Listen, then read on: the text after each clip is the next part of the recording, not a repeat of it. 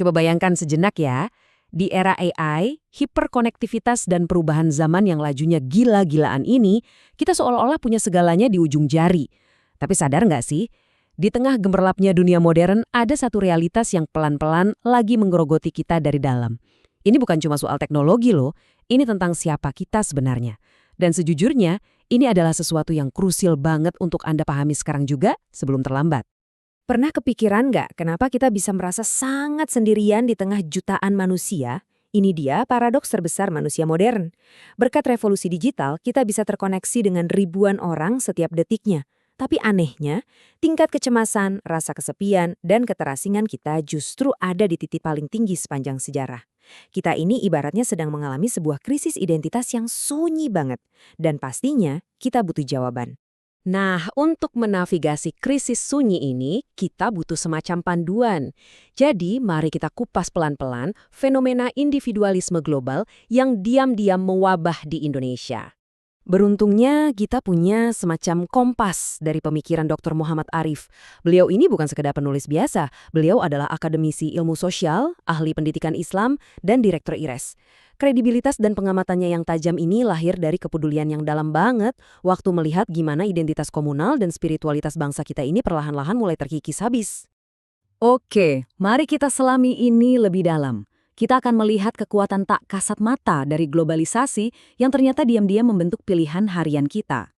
Apa sih yang sebenarnya lagi terjadi sama kita? Kapitalisme global itu nggak datang bawa senjata loh. Mereka mendikte cara kita hidup lewat pilihan-pilihan kecil setiap hari yang seringnya nggak kita sadari. Coba deh lihat kontrasnya. Di satu sisi, akar budaya kita itu kental banget sama gotong royong dan spiritualitas. Tapi di sisi lain, nilai modern yang agresif justru dorong kita ke arah hedonisme dan materialisme. Dr. Arif ngasih contoh nyata yang lumayan nampar nih. Hari ini, orang seringkali lebih mentingin beli pulsa atau kuota internet demi eksistensi ketimbang nyumbang buat bantu tetangga yang lagi kesusahan. Betul kan? Kita pelan-pelan jadi lebih ngejar validasi dunia maya dan ngelupain ikatan di dunia nyata. Dan ini membawa kita ke sebuah realitas yang mungkin bikin Anda mikir, kok saya baru nyadar ya? Yaitu soal ilusi kebebasan digital dan kendali kapitalis di baliknya. Ada sebuah fakta kontraintuitif yang sering banget lolos dari radar kita.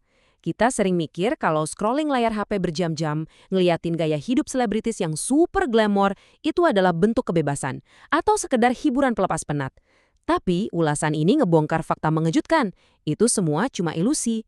Budaya hedonisme selebritas yang disuapin ke kita tiap hari ini sebenarnya adalah alat eksploitasi yang sengaja dirancang oleh kapitalisme global. Tujuannya apa? Buat nyiptain standar hidup semu yang maksa kita terus mengonsumsi, mengisolasi diri dari komunitas sekitar, dan ujung-ujungnya menciptakan parodi kehidupan yang sinis dan egois.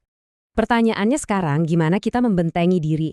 Nah, kita butuh perisai untuk masa depan, dan cara bertahannya ternyata bisa lewat sesuatu yang disebut prinsip trikon. Kita kan nggak mungkin ya nolak teknologi atau anti sama kemajuan. Lalu gimana dong cara melindunginya? Dr. Arif menawarkan solusi praktis yang sangat brilian. Beliau ngajak kita nengok lagi ke kearifan lokal lewat teori pendidikan Ki Hajar Dewantara, yaitu prinsip trikon. Pertama, kontinuitas. Pastiin akar budaya dan nilai spiritual kita terus dipelihara, jangan sampai putus. Kedua, konvergensi. Kita harus tetap jadi manusia modern yang terbuka dan pintar menyaring informasi global. Ketiga, konsentrisitas. Di tengah badai informasi yang gila-gilaan ini, pastiin identitas dan karakter bangsa kita tetap kokoh sebagai porosnya. Dan ini secara brilian mengilustrasikan gimana caranya supaya kita yang jadi tuan atas teknologi, bukan malah jadi budatnya.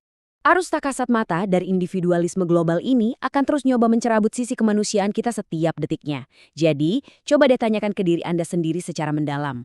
Besok pagi, waktu Anda bangun dan kembali masuk ke dunia digital ini, apa yang bakal jadi prioritas utama Anda? Apakah Anda mau terus hanyut dalam ilusi dan rasa sepi? Atau Anda memilih buat merebut kembali jiwa, identitas, dan kepedulian Anda ke sesama? Pilihan itu ada di tangan Anda.